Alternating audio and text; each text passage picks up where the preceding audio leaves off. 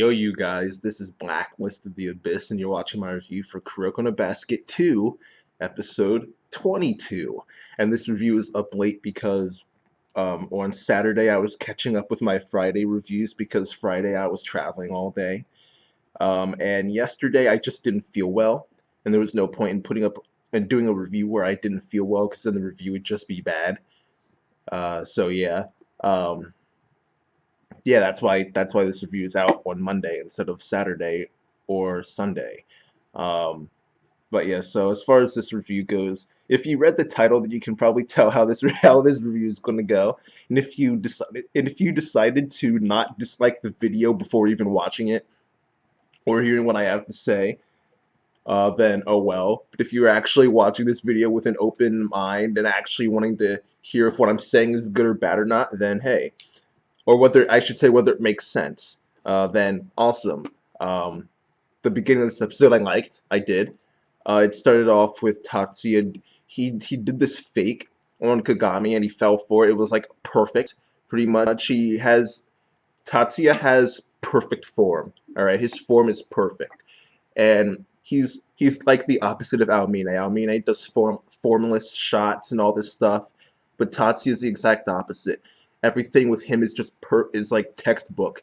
All right, it's all perfect, and because it's so perfect, he's just really good. His fakes, people always end up falling for them. Right?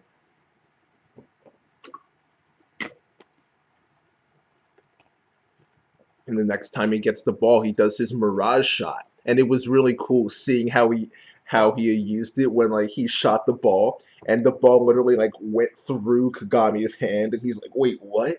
And then, like it looked really cool. Which obviously that's not what happened. The ball obviously didn't go through his hand. They just did that for effect. Um, but still, that was pretty awesome. And since Kagami's all worked up over how could Tatsuya be this good, he and like, oh, I have to face Tatsuya, he's my brother, blah blah blah. He's all worked up, so they put him on the bench. Saren did, to let him calm down a little bit and mentally prepare himself to go up against Tatsuya and not hold back.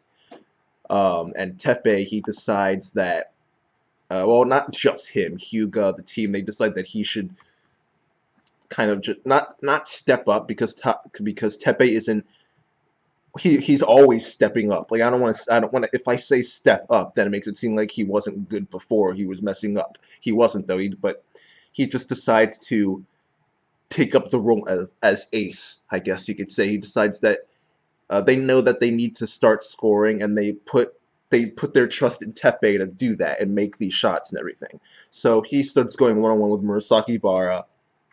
All right, and it was pretty cool. He faked the shot, used the right of postponement to get the ball to Izuki. It was a give and go pretty much. He got the ball, then he got the ball back, but this time he was at the 3-point line. All right, he shoots and he scores 3-pointer. All right, and they're like, at first they were thinking, oh, he's a center, there's no way he's going to make it, but he did. All right, and he ends up switching to point guard on offense, and which, we all know that he is pretty much a point guard. The only reason he plays center is because they needed him to, because he's the tallest one there. But he pretty much is a point guard. That's why he has the right of postponement, because he's a center who's a point guard. All right.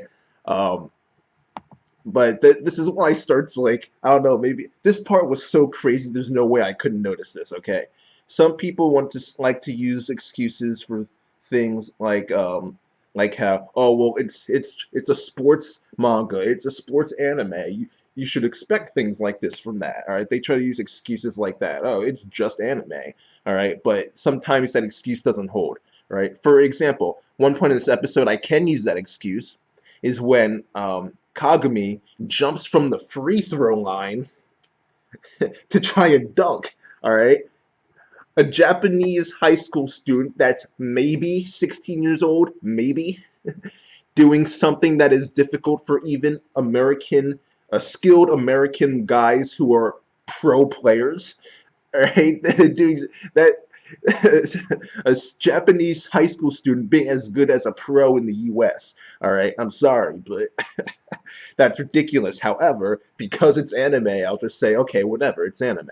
All right, that's something that you could say, oh, it's anime for. But this is something I can't say that for, because it legit makes no sense. Just like that thing against Toho, when they did at least 5 seconds worth of moves in 1 second, which is physically impossible. Like even if it's anime, that's still not something you can ignore.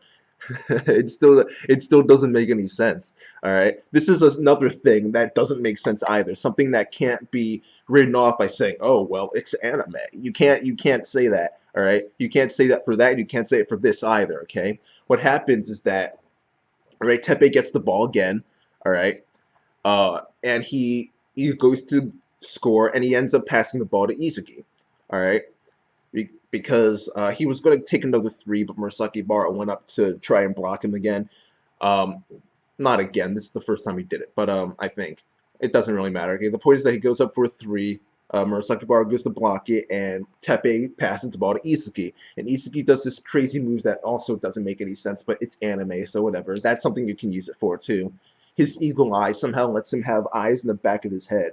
But that's technically not how it's supposed to work. It's supposed to be that his field of vision is so wide that he can practically see the entire half of the court at once. And then they represented it by having an aerial view, saying it's almost as if he's looking down on the court so he can see everything. All right, but now they're taking it literally, and it's like he has eyes in the back of his head, and he can literally see what's going on everywhere on the court, which doesn't make sense.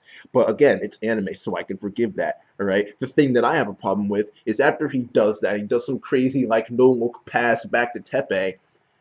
Teppei dunks the ball. Okay, listen, this doesn't make sense. All right, when Izuki got the ball, the distance the distance he was from the basket was way too far. All right, you can go look at 10 minutes 14 seconds in. All right, pause the screen there. You'll be able to see just how far away Izuki is. Okay, and he passes the ball back to Teppei, and Teppei dunks. That's way too far.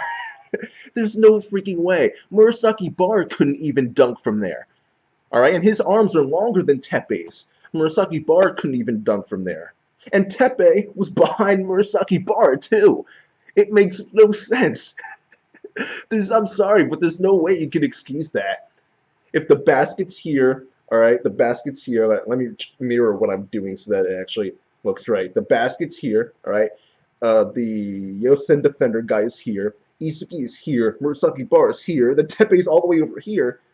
How is he going to dunk when the basket's all the way over here? That doesn't. It literally his arms aren't. It literally makes no sense. The basket literally moved closer to him. All right, just so that he could dunk.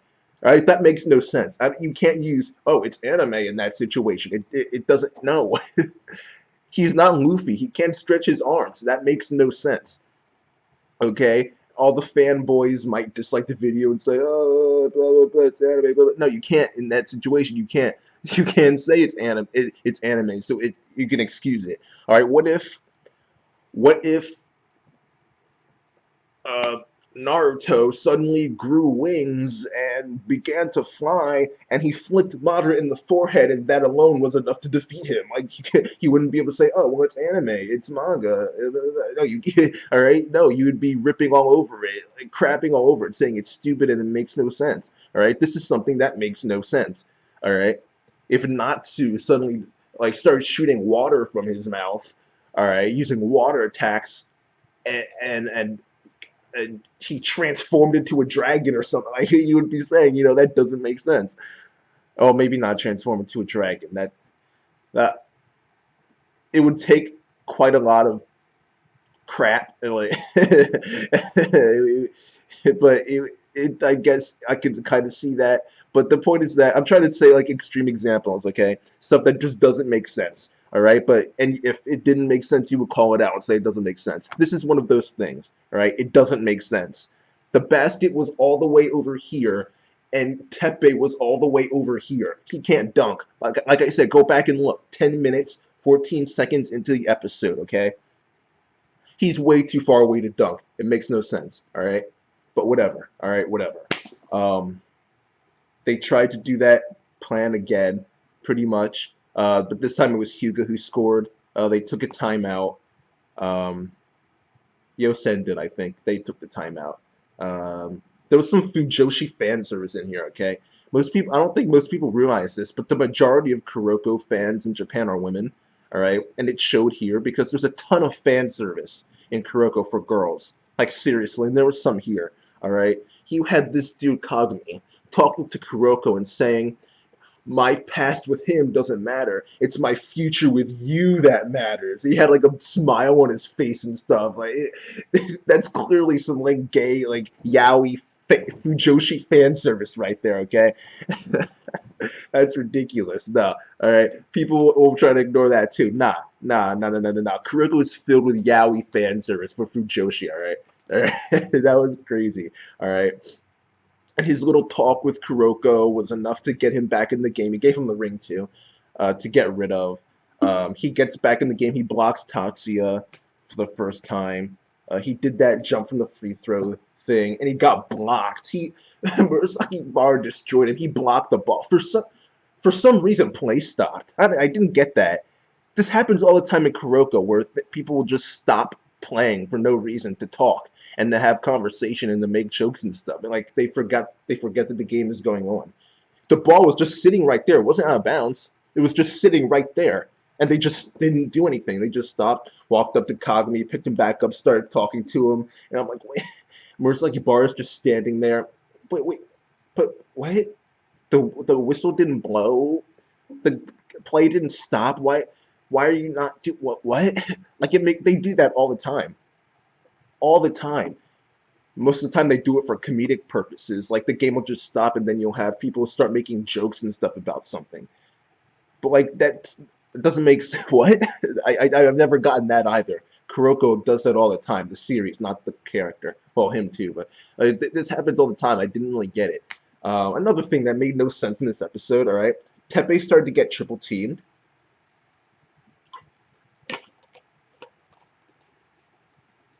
And in one of the plays where he was triple teamed, Izuki was calling for him, saying, hey, pass me the ball, pass me the ball. And even though Yosen can hear him saying that, they still let Teppei somehow pass through three guys and get the ball to Izuki? How? How? Aren't these guys the Shield of Aegis? Didn't they completely shut out a couple teams before? Didn't let them score a single point? But now they're triple teaming somebody, and they still let him get the ball out? I thought they had good defense. And then later on, Murasakibara was going for rebound. Those same three guys, Teppei was still being triple teamed, and they couldn't even box him out. He somehow got by all three guys and got the ball from Murasakibara and scored. I mean, come on, all right. Even the most hardcore fanboys have to admit that this makes no freaking sense, alright? The Shield of Aegis, man. I don't care if Teppei's a freaking uncrowned general, uncrowned king, whatever you want to call him, alright? These dudes are the Shield of Aegis. They shut out two teams completely. Completely.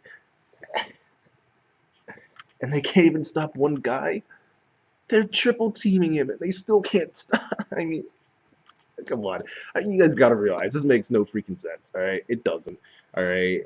And it all caught up to him, too. It all caught up to him, too, alright? All that cheating, all that magic that Teppei used, alright? Moving the basket closer to him so he could score. Paralyzing the Shield of Aegis so he could walk around it. All that crap that makes no sense, right? It all caught up to Teppei because he collapsed on the way to the other side of the court, alright? And he got back up, but still. Alright, it caught up to him a little bit. Now he's actually tired, alright? And there's a few scenes here. They start playing music, and pretty much the Shield of Aegis was starting to crumble, alright? Made no sense, but whatever, alright? Saren's now scoring easily like they would against a normal team. Like, well, not a normal team. Well, yeah, a normal team.